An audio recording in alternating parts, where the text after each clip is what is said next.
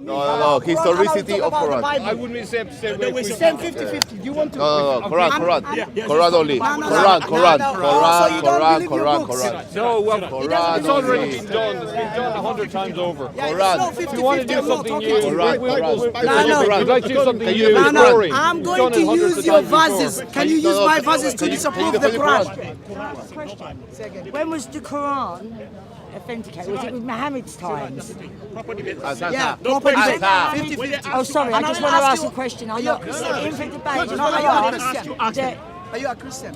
No. Doesn't matter if you're No, I'm not. Okay. Can you defend your Quran? No, are you not? You're not Christian. No, if you want, no. If you want, Can you defend your Quran? When the Quran was it in no, Muhammad's we times? know people come here. Yes. They said. Yes, it was when Muhammad was alive. The Quran was wrote. Yes. Put together. Is that true? Finish. That's it. No.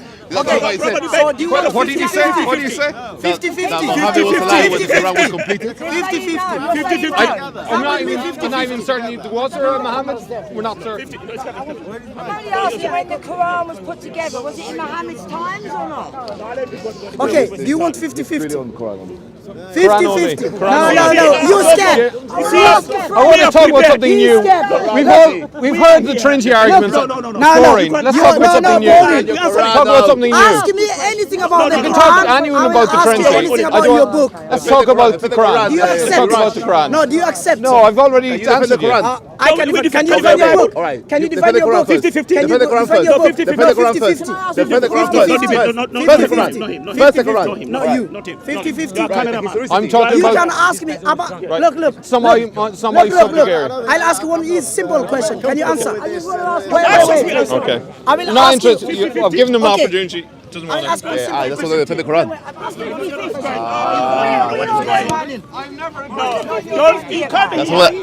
don't want to defend the Quran.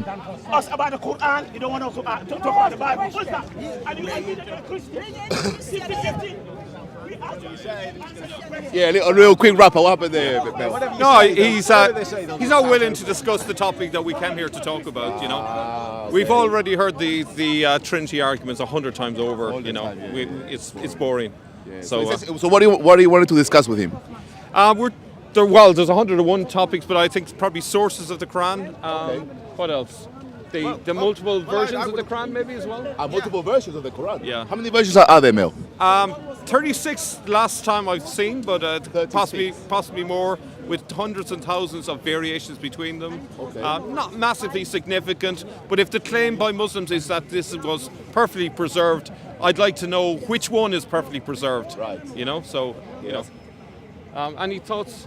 Any thoughts on Yeah, the well, preservation of the I Quran? think as we just saw, it's very difficult having a conversation about anything. If if the idea is that we start raising some points about the origins of Islam or the source of how the Quran came into existence or what the Quran means, perfectly reasonable questions. But if people are just going to start wagging the finger at you and shouting about Christianity and the Holy Trinity, basically shouting over us, talking us down with his hostility, then you can't have any sensible discussion on any topic. So. Going back to the Quran, obviously the Hafs is the most popular Quran within the Muslim world, and I do believe it was canonized in 1924. Is that correct? 1920, was it 1921 or 1924? I can't remember. 24 is the 24. time when I forget the name now. The Egyptian The king. What's his name? The king. created one version. Yeah. Okay. But personally, I don't attach too much importance to that. I'm rather more interested in the early companion codices, of which only one exists, or partially exists. That's the Sanar palimpsest. Yeah. But I'm interested in the accounts of multiple versions of multiple Qurans before then. Yeah. Not because I'm interested in just knocking down Islam for the sake of it, but I'm interested in how the thing actually came about, the historical origins of the Quran. And that's interesting, but it's not as... It seems that there's been a lot of guesswork in terms of where the diacritical point should be. Right. That can affect the meaning of the text. It may not be particularly massive in many cases, but in some cases might be very significant in terms of the meaning. The other thing that would be worth discussing is the sources of the Quran. Muslims believe that the Quran came down through a revelation from on high, whereas our point of view is that we can see clear historical references to multiple source books that they have used and made allusions to. So it's not as divine as it might come across at first read, let's say. I mean, Adnan Rashid already confirmed that there are stories which came before the Quran, like Jesus breathing life into a clay bird, and which obviously means that there aren't any original revelations within the Quran. So, what are your thoughts on that? Well, I think what's alarming about their use of sources is the fact that they use almost no discernment, like any old source will do. They use Gnostic sources, they'll use biblical ones, they'll use Jewish or Christian, doesn't matter. They will use Saint Ephrem, who condemns all heresies, and Saint Ephrem, if he was alive and saw that Islam was using his analogies, his sources, What would happen? I think he'd be turning in his grave. a bit of Merkava mysticism, the legend of Alexander the Great. Yeah. There's just so many sources there, which makes it fascinating. Yeah. What I The would say, Pseudo-Clementine Homilies, which is a romance, it's a work of fiction. That's the origin of the Shahada, So it's incredible what they've used, It's mishmash. I mean, I would say that the Quran doesn't even expect to be taken as the verbatim word of God or the speech of God. It's true that in many instances it is written with God as a divine voice speaking, but that doesn't mean it was intended to be taken literally. That might just be the way that the author chose to phrase his revelations and his messages. There are several, the large part of the Quran, possibly 2/3, 3/4, that isn't written in the divine voice, and it clearly talks about God in the second person. Yeah. Or Third person, I or believe. even the third person. Yeah. Why would God write, for example, Surah 1, the Al-Fatiha? Yeah. It doesn't make any pretext to be written, all Surahs 113 and 114. There's no pretext that it's the words of God. All it is a prayer to God. Yeah, and it's I, it's we, it's you, it's he. It can't make up its mind who's talking to who. It's kind of like you're jumped into a conversation and you're completely lost. And this is the problem for reading the Quran, is it jumps from I to E to you to he. It starts a story, never finishes the story, jumps onto some other topic, comes back to it again. And on top of that, we can't even be certain that the diacritical marks are in the right place, so the meaning could be something totally different. A good friend of mine, Murad, has been looking into the true meaning of the Quran in the Arabic, and he's finding a lot of connections with Syriac.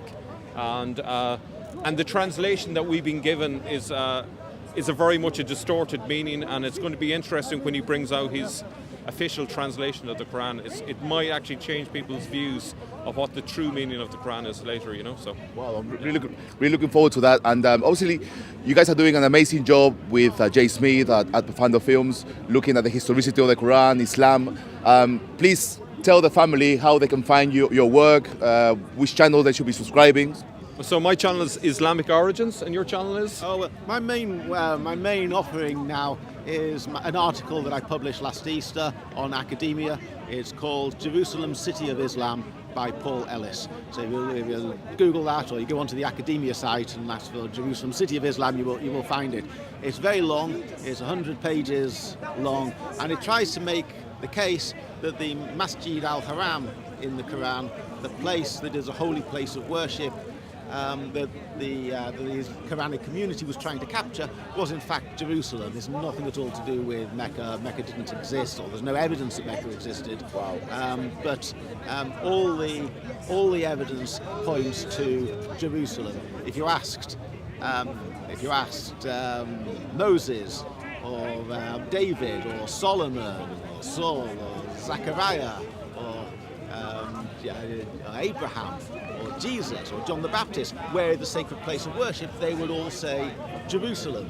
Well, with the exception of Moses, but Moses didn't know about Jerusalem, but he knew that in the book of Deuteronomy it says there will be a place, a pilgrimage, and that turned out to be Jerusalem. So all the characters that the Quran cites as its witnesses, all had a Jerusalem-centered approach. And my thesis is that it makes absolutely no sense for the Quran to keep referring to these characters and the sacred place of worship, and for the sacred place of worship to be somewhere 1,000 miles away. Wow. Okay, so We'll make sure to put your article on the description box, so make sure, family, you click on that and check out Mr. Ellis, Paul Ellis, our brother Paul Ellis' essay on these subjects. So one last final messages to those Muslims who still believe that there's only one Quran, unchanged, dot for dot, letter for letter. What would you like to tell them? It's simply a myth. I think you need to do your homework. I think you need to look at what the scholars are saying. We're not making this up. You can look at the manuscripts. If you go to the earliest copies of the Quran, you see that there are no diacritical marks there. And so someone has basically guessed where the dot should go. And there could be a completely, totally different meaning intended originally. So that's what I would say. Yeah, I would say, let's suppose it's true. Suppose it's true that the Quran really is the speech of God, the verbatim revelation of God, the celestial tablet. Let's suppose it's true. All the more reason why you should understand it. We all need to understand it. It seems to me absolutely obvious that the Quran is written for people who are familiar with the Bible. It half tells stories. It refers to stories, it makes complex biblical allusions, not just to named prophets, but little turns of phrase, little the subtle allusions. They're all there. Modern scholarship is picking them out. If you really, really thought this was the word of God, you'd want to really understand it and not be satisfied with very simplistic explanations. Oh, why did they talk about the companions of the elephant? Oh, that's okay, we've got a story about the elephant. Why did they talk about God carrying his prophet to the furthest place of prostration? Oh, okay, that's a miraculous journey. Don't be satisfied with simplistic, random explanations that clearly add nothing to the story except offering an explanation for the words. Try and make sense of it and tie it to reality. Wonderful. Thank you very much. Thank you guys. If you enjoyed this video, family, please like, share and subscribe, and I'll see you next time. Take care.